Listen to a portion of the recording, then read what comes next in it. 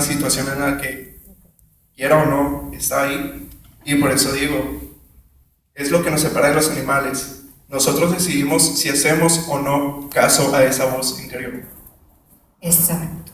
Nosotros decidimos cómo escuchamos a esa voz interior.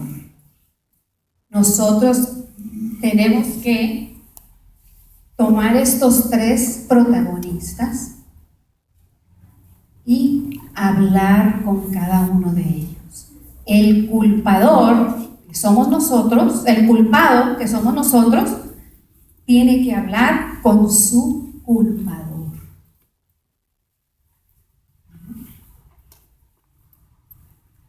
Ay, apagué esto. ¿Qué sentimiento acompaña a la culpa? En primer lugar, el sentimiento que acompaña a la culpa es el pesar, el dolor, el sentirse mal. Me duele, me siento mal. ¿Qué hice? ¿No? El sentimiento de culpa puede estar asociado, formado por una constelación emocional, a otros tipos de sentimiento, como la vergüenza y la ansiedad. ¿Cuándo sentimos vergüenza? La vergüenza la sentimos cuando nos centramos en qué van a pensar los demás por mi acción. Ahí es cuando nos da vergüenza. En vez de pensar en la acción misma, empezamos a ¿qué van a decir de mí por lo que hice? En vez de pensar en reparar eso que hicimos o no hicimos. La ansiedad la sentimos cuando pensamos en el castigo que llega. Ahí es cuando piensa uno a sentir esa ansiedad. Si la causa de nuestro comportamiento transgresor damos por supuesto que somos personas ruines y de inferior condición, nos sentimos deprimidos. Viene la depresión. Eres un miserable. No mereces nada. Esa voz, aceptamos lo que esa voz dice. No mereces ser feliz por ese error que cometiste, por ese código que rompiste en tus normas y tus pautas. Pero aquí tenemos que pensar que si Dios nos perdona cada vez que nos equivocamos, ¿cómo no nos vamos a perdonar nosotros mismos si nos hemos equivocado? Sí, todos nos equivocamos y todos los errores son enmendables, reparables.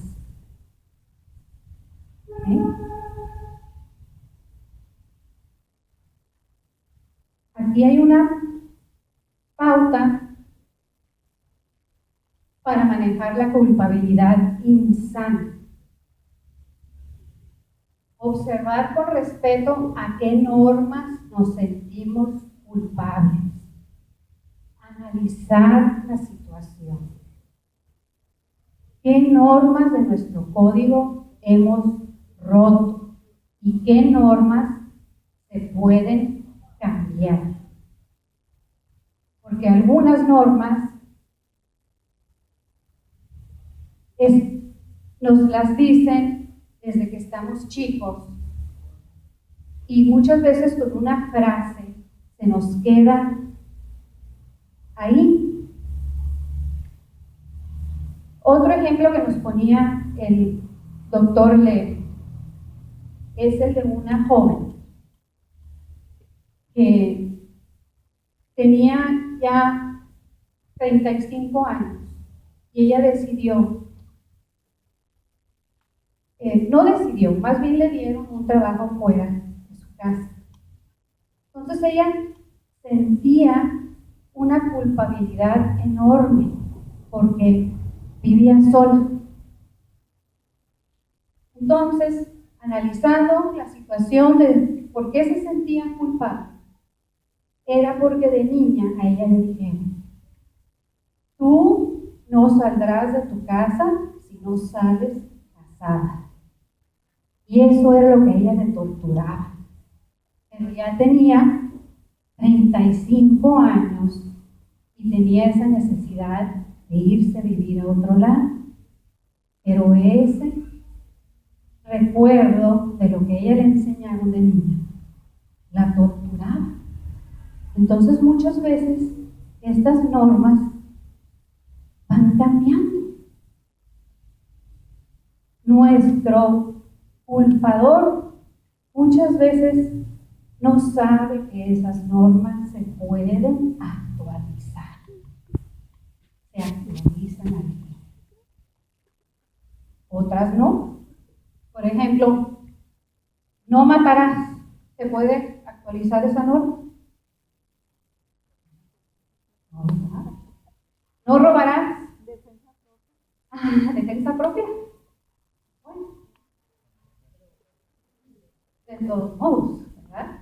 ¿Qué te va a estar diciendo tu culpador? Mataste. Qué feo. Horrible. Aunque haya sido defensa propia. Precisamente eso es lo que les pasaba a los veteranos de guerra.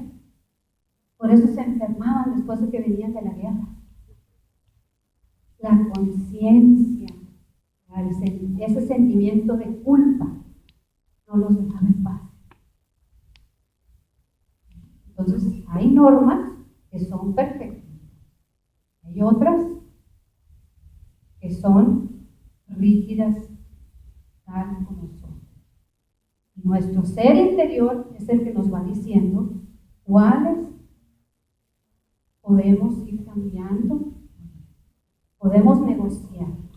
El chiste es que nosotros tengamos un diálogo con ese culpador y que le digamos: a ver, culpador, no seas tan duro, vamos viendo cómo puedo yo arreglar esta situación. Es cierto, me equivoqué. Dime, ¿qué tengo que hacer? Pues ve y repara el daño que le hiciste a una persona. Pídele perdón o acepta el perdón también, porque muchas veces nosotros no aceptamos ese perdón y eso tampoco nos deja avanzar y sanar la herida. Entonces, hay que aceptar también ese perdón. Poner más atención en el mal causado, en el ego afeado. Muchas veces magnificamos las cosas. Hay que ponerle más atención en el error que cometimos y no engrandecer. ¿Verdad? Atender más a la persona dañada, damnificada, herida, tal vez por mi conducta, que a nuestro propio yo ha buscado, atormentado por esos sentimientos de culpa. Atender a la persona.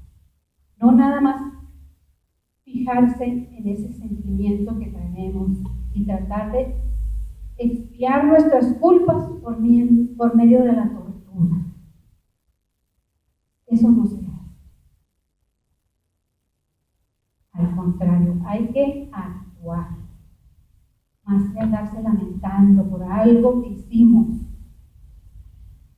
Sí, yo soy culpable, me siento mal, y quiere que todo el mundo vea que ella se siente mal, está sufriendo, expiar sus culpas por medio del sufrimiento. Y que vea a la gente: ay, se siente mal, es culpable. ¿Pero qué ha hecho? ¿Actuó? ¿Reparó? ¿No? Y eso es lo que uno debe de hacer.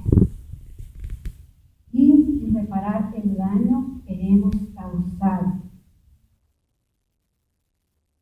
No juzgarse a posteriori con el conocimiento consciente que tenemos después de la conducta culpable. No adelantarse a juzgarse. Muchas veces no nos damos cuenta que hicimos daño. A veces no es consciente cuando hacemos daño.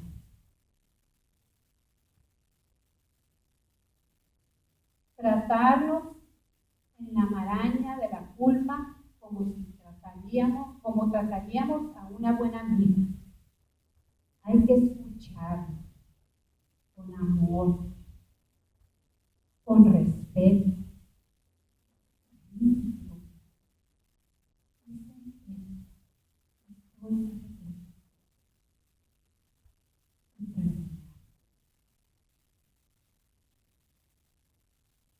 Todos cometemos errores, todos los podemos hacer.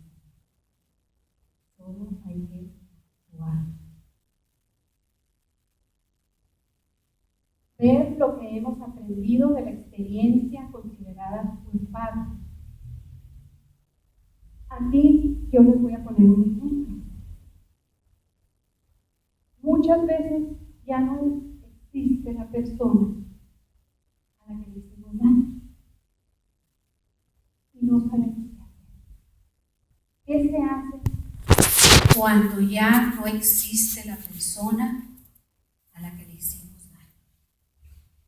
A ver, ¿qué creen que podemos hacer? Darle vuelta a la página, a ver. Pero en la primera frase está la respuesta. Aquí abajo.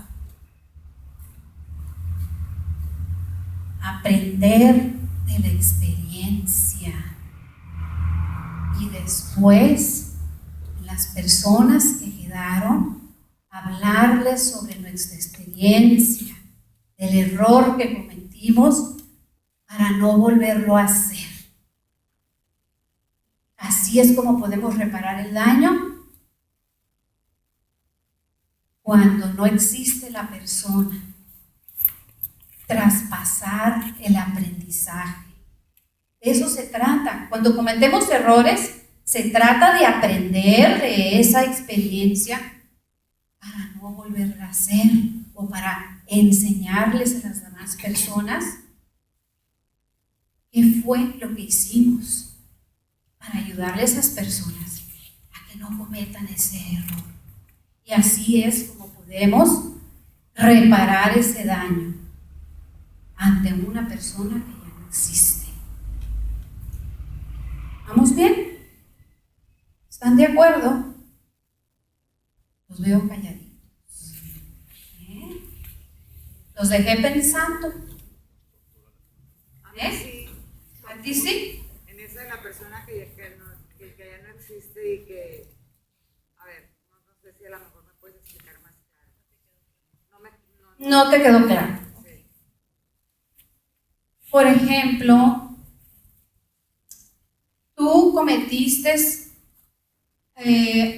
un error con una persona y no fuiste y le pediste perdón. Y esta persona murió. Y no alcanzaste a decirle, perdóname, amiga, o no sé, hermana, mamá, papá, me equivoqué. Entonces tú lo que vas a hacer es platicarle a tus hijos o a tus hermanos o a tus amigas de ese error. Por ejemplo, díganle a tus amigos siempre perdón por lo que te hice. O si por ejemplo tú sabes que está enfermo una persona muy querida ya y tú tienes que pedirle perdón por algo, aconseja a tus amigas que lo hagan antes de que mueran, porque si no vamos a cargar con esa culpa.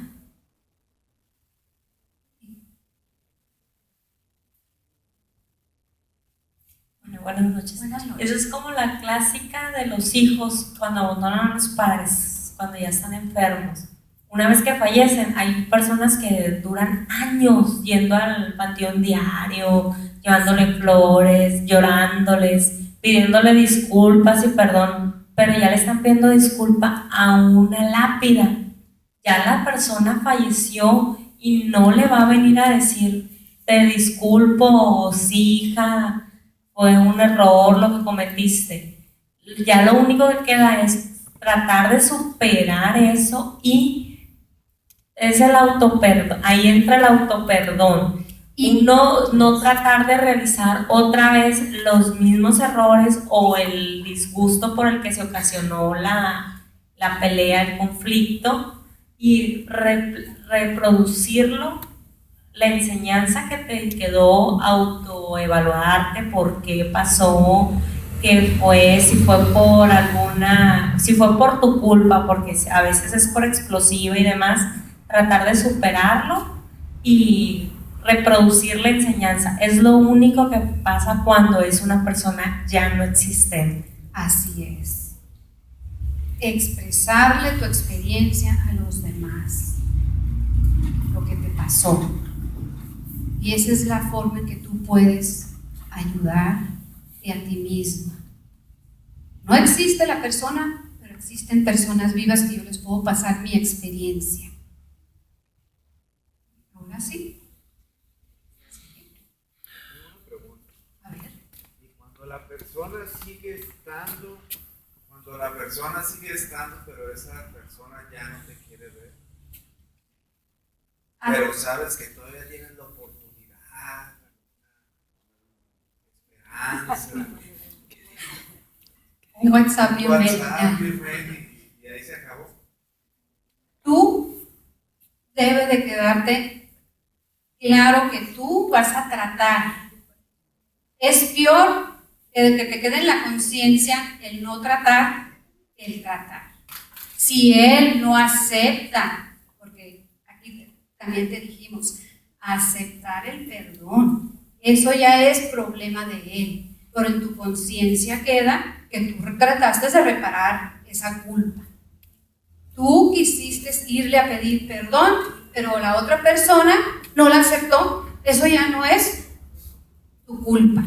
Y a ti ya te queda la tranquilidad de que tú lo intentaste.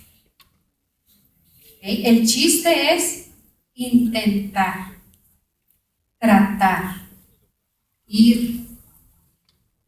Si él no quiso, ese es problema de él.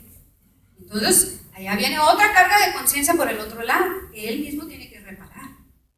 Pero tú ya trataste de reparar tu culpa. Y si aún así no se quita.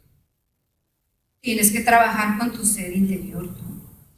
Platicar y negociar con esa voz culpadora que te está torturando. Tu voz interior que te está diciendo, híjole, no te dio el perdón, si él no has arreglado esto. Tú tienes que platicar con ella y decirle, a ver, voz interior, culpador, tú ya sabes que yo ya intenté, que yo ya fui, déjame en paz, porque yo ya hice lo que me tocaba hacer. Él es el que no quiere.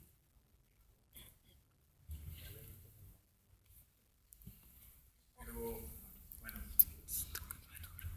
observo algo que es interesante también asumir. Yo estoy de acuerdo en que puedes llegar a perdonarte, a reflexionar,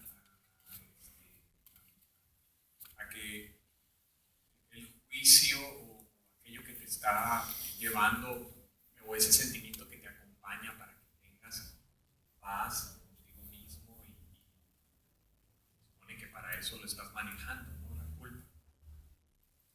Pero de lo que yo creo que sí no te puedes deslindar es de las consecuencias de tus actos. A ver, quiero separar eso, porque estoy de acuerdo contigo en que podemos reparar todos los errores que tenemos. Pero una cosa es mentir y otra cosa es matar a alguien. Y hay gente que piensa que puede cauterizar su corazón. Ya no siento nada porque a pesar de que ya lo maté, pues ya me perdoné a mí mismo, ¿no?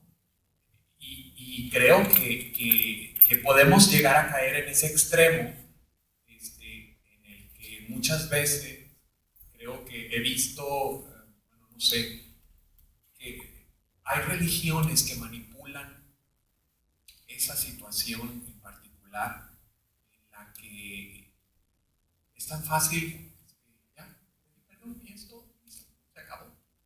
Cuando no he asumido las consecuencias de mis actos. Eso es algo que humanamente, por eso puse el ejemplo de mentir y matar a alguien. Mentir, ok, puedo llegar y pedir una disculpa a esa persona y sabes que te mentí. Pero otra cosa es que ante la ley yo maté a alguien y hay consecuencias por ello. Ahora, ¿cómo puedo resolver emocionalmente algo que me está creando conflicto por la culpa de haberlo hecho? Eso es algo también interesante para empezar a trabajarlo de esta forma, ¿no?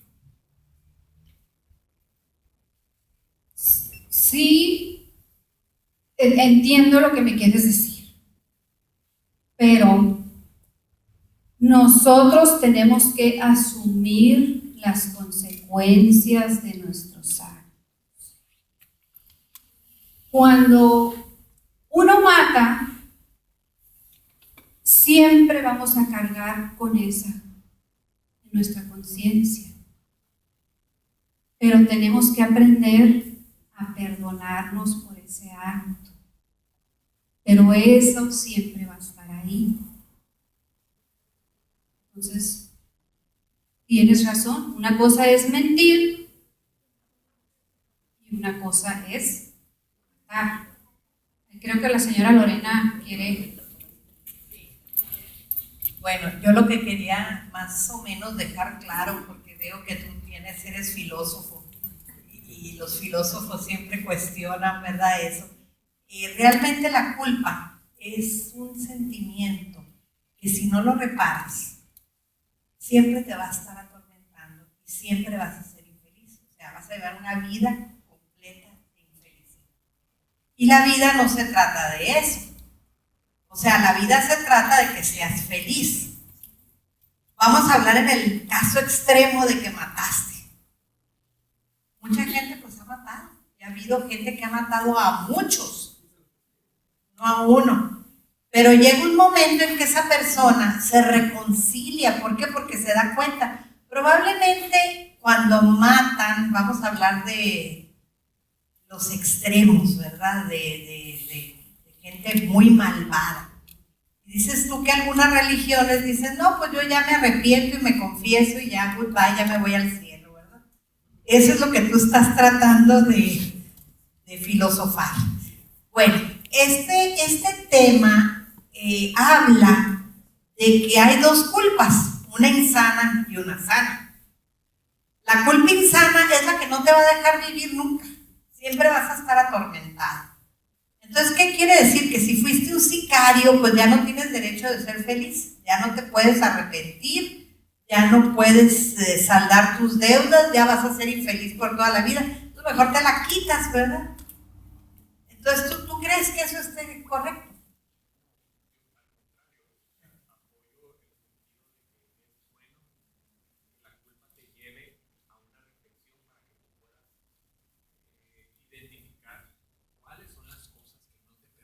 Ser feliz y vivir, ¿no? Así es. Sin embargo, ¿qué tan consciente soy de eso? Hay veces que hacemos cosas. Te pongo un ejemplo. Hay gente que ni siquiera es consciente de por qué fue a tomar el miércoles de ceniza. O sea, lo tomó y a lo mejor hay gente que a lo mejor no es consciente y se siente culpable porque no lo tomó. Es como esa ambigüedad. Exactamente, ¿no? Pero todavía te falta un poco, ¿verdad?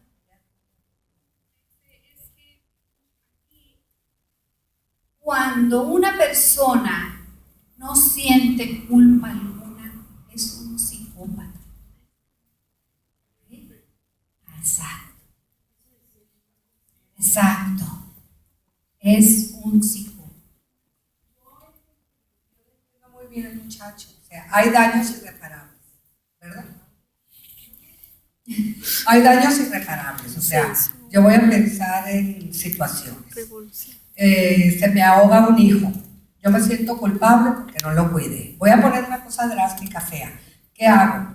Pues aunque me perdone, aunque yo no quiera la culpa, eso va a estar ahí porque hay un daño. Y yo sé que fue por mi descuido. Digo, no por falta de amor, porque a todos nos descuidamos a los hijos, pero pues a unas nos pasan cosas peores, ¿no?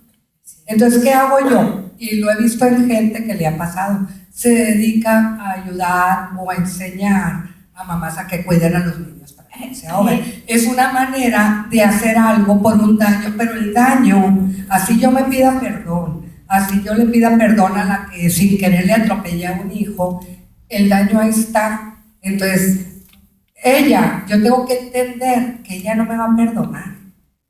Yo a lo mejor voy a hacer lo posible para que ella me perdone.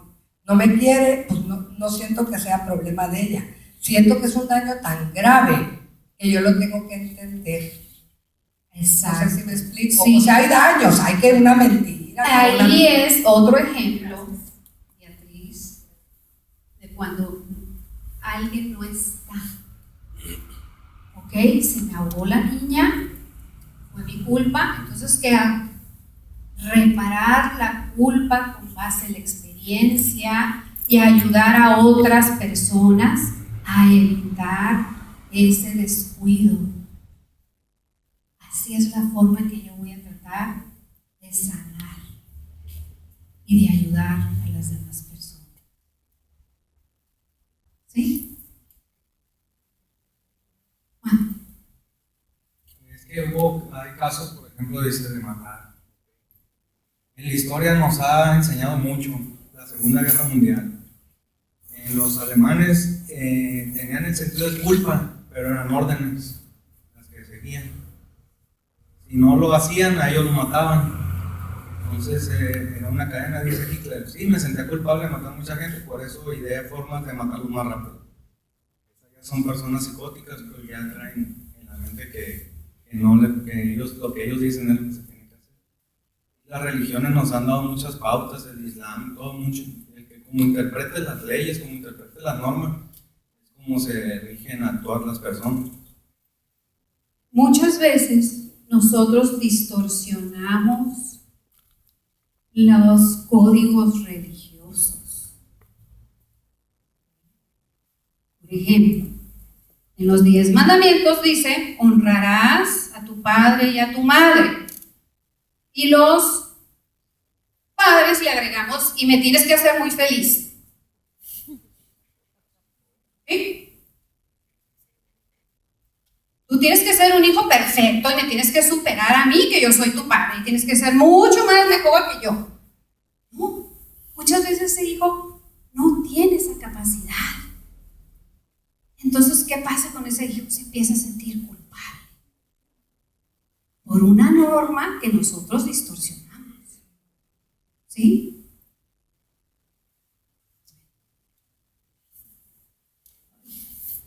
No sé usar esto.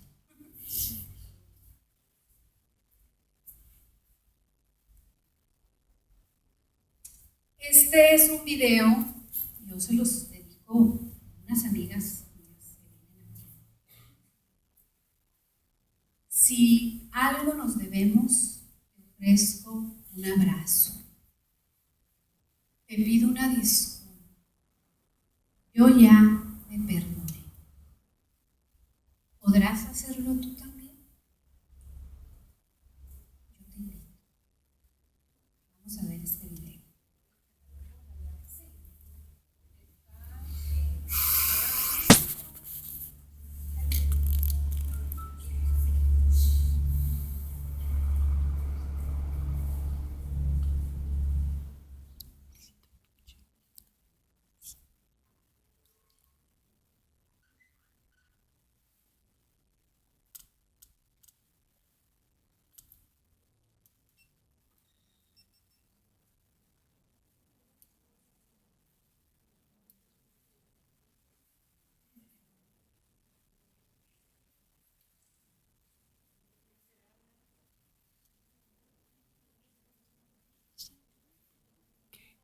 Juan Pablo,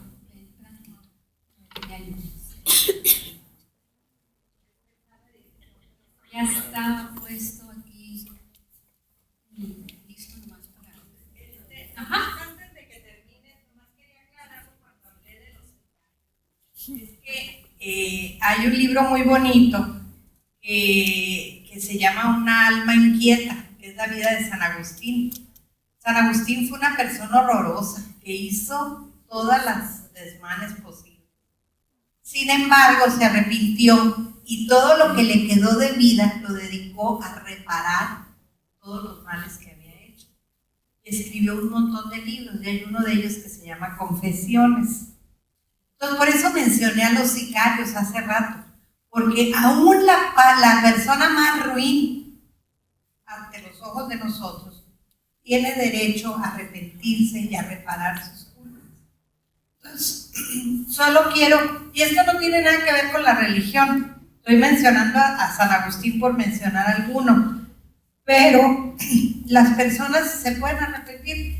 De lo que se trata en la vida es de que sepamos ser felices, de que sepamos reparar nuestras culpas. Entonces no sé si les quedó claro que estuvo magnífica la exposición de Dolores y que ustedes, si les quedó claro, que no tienen por qué cargar con la culpa. O sea, nadie debemos de cargar con la culpa. No es una actitud saludable, sana, el andar siempre cargando una culpa. Hay que repararla. Y si no la puedes reparar porque la persona ya se murió, porque ya el mal ya no se puede, pues hay que buscar otras maneras, pero hay que tener culpa sana y no culpa insana. Más o menos quedó claro. Bueno.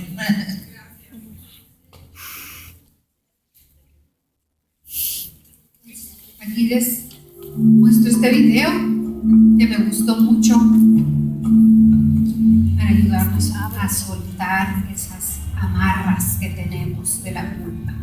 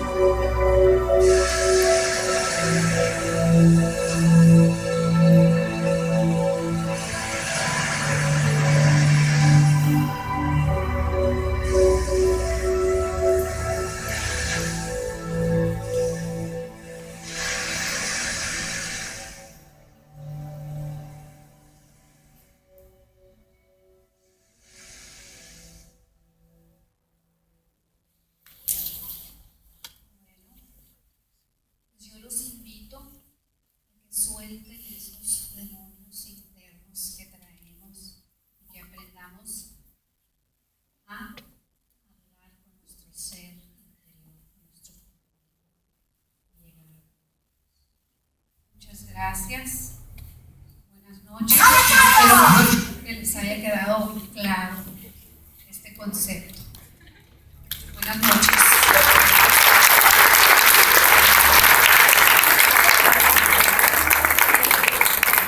Próximo miércoles aquí mismo a la misma hora. Por favor, ya saben.